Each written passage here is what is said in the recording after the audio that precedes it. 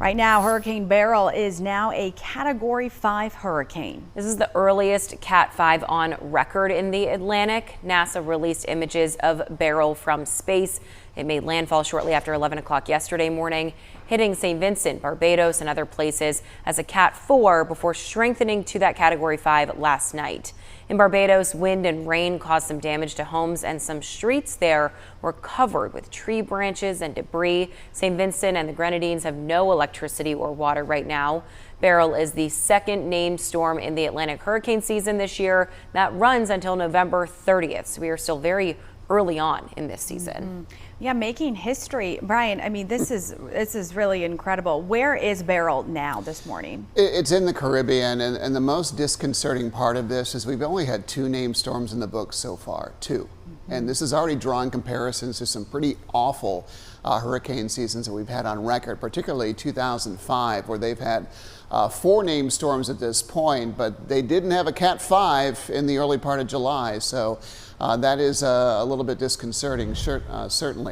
Temperatures over the area in the ocean waters are running very warm, and that's why these storms like this have strengthened so much.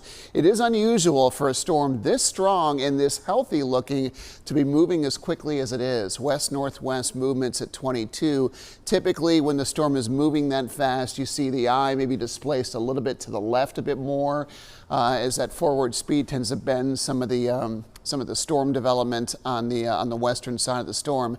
That's not the case here. It's over open water. It does not look like it's going to interact with much land directly in the short term, but you can see the southern coast of Puerto Rico, the Dominican Republic, as well as Haiti, likely getting lashed with high surf there. The one area we are watching, at least over the next couple of days, that could see direct impact from this is Jamaica.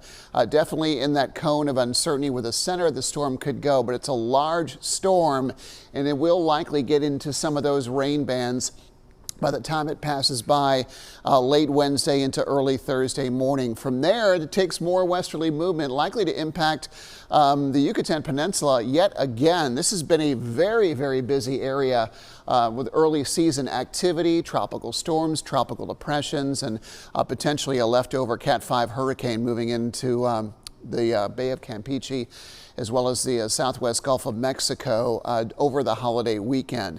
Behind Beryl, there's another tropical disturbance. This has had some difficulty getting organized. It is showing some signs of life though here, but this is moving as quickly as Beryl. The problem with this storm is it's following it.